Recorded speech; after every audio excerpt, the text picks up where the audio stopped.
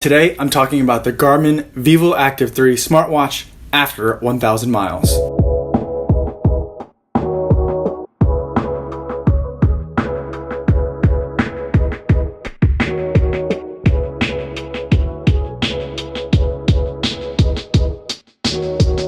Today, the video, I wasn't intending on shooting this video today, but it came up because I forgot my smartwatch at home today and I was run commuting, and so I had to use the phone.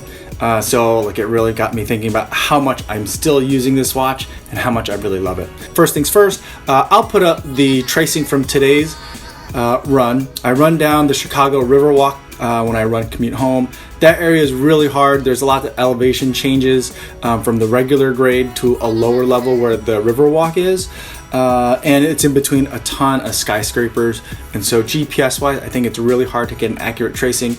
I'll throw up today's tracing versus my last 3 runs home with the Garmin watch. I haven't really been paying attention to the tracings lately, and looking back on the last couple of them now, I had some interesting results. It turns out that of the last 3 times that I've run with the smartwatch, only one of them was really accurate in terms of my run down the riverfront, the Riverwalk in Chicago, and the phone was extremely accurate down the Riverwalk in Chicago.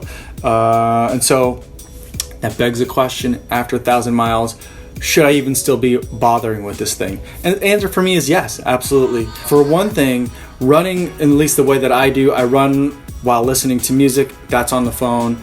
I run while taking pictures and video shots. Those usually are part of the video that you guys watch every day, and or they're part of the videos that get put to Instagram, both in my Instagram feed and in my Instagram stories. And I also use the phone from those videos to create snapshots that go on Strava. And so I need the phone with me. It's already doing a lot of things. Offloading the run tracking to the watch is really nice. In terms of battery life, the battery life is still pretty good. A couple of things that I've done to tweak my user experience with it.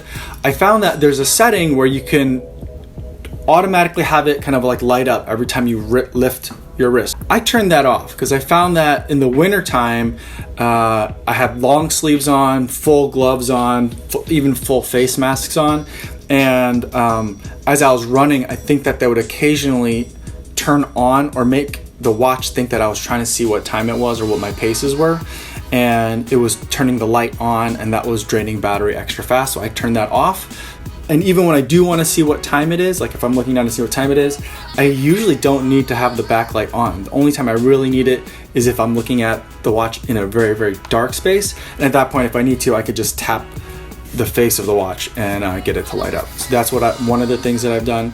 The other thing that I've done, or I had been doing for a while in order to extend battery life, but then I just recently stopped doing that, was I turned off phone notifications. So basically I just made it so that way it can get kind of updated weather information, and it was pushing GPS information from a run to the phone, and that was the only things that it was doing. That really helped extend battery life for several days, longer than otherwise. But recently I turned that back on because I realized that I like getting my phone notifications, like texts, emails, things like that, and phone notifications, like if people had called me and I missed the call, which I almost always miss the call. I like getting that information to my phone. It puts a little bit of a hit on battery life, but I overall think that it's worth it. My general kind of workflow with this watch is I run on average about 6 days a week, and every day after my run, when I go take a shower, I usually plug it in for the time that I'm in the shower. And if I do that, then my battery usually stays topped up and I never have to worry about it. It still feels great. It's been a little bit warmer out, so I can get a feel for a little bit of how it fares under a little bit sweatier of conditions. There was one point where I was concerned that under really, really hot conditions that the watch would cause chafing, because you need to get it snug. You need to get it pretty tight if you want to get the heartbeat tracing to be reliable. And when you run like that, sometimes it causes a little bit of chafing. I've noticed that in the winter. I haven't noticed that since it's gotten warm out. So I'm wondering if that's because of when I had my jacket and my gloves on, everything was kind of converging right around this wrist area, and so maybe that was causing some chafing.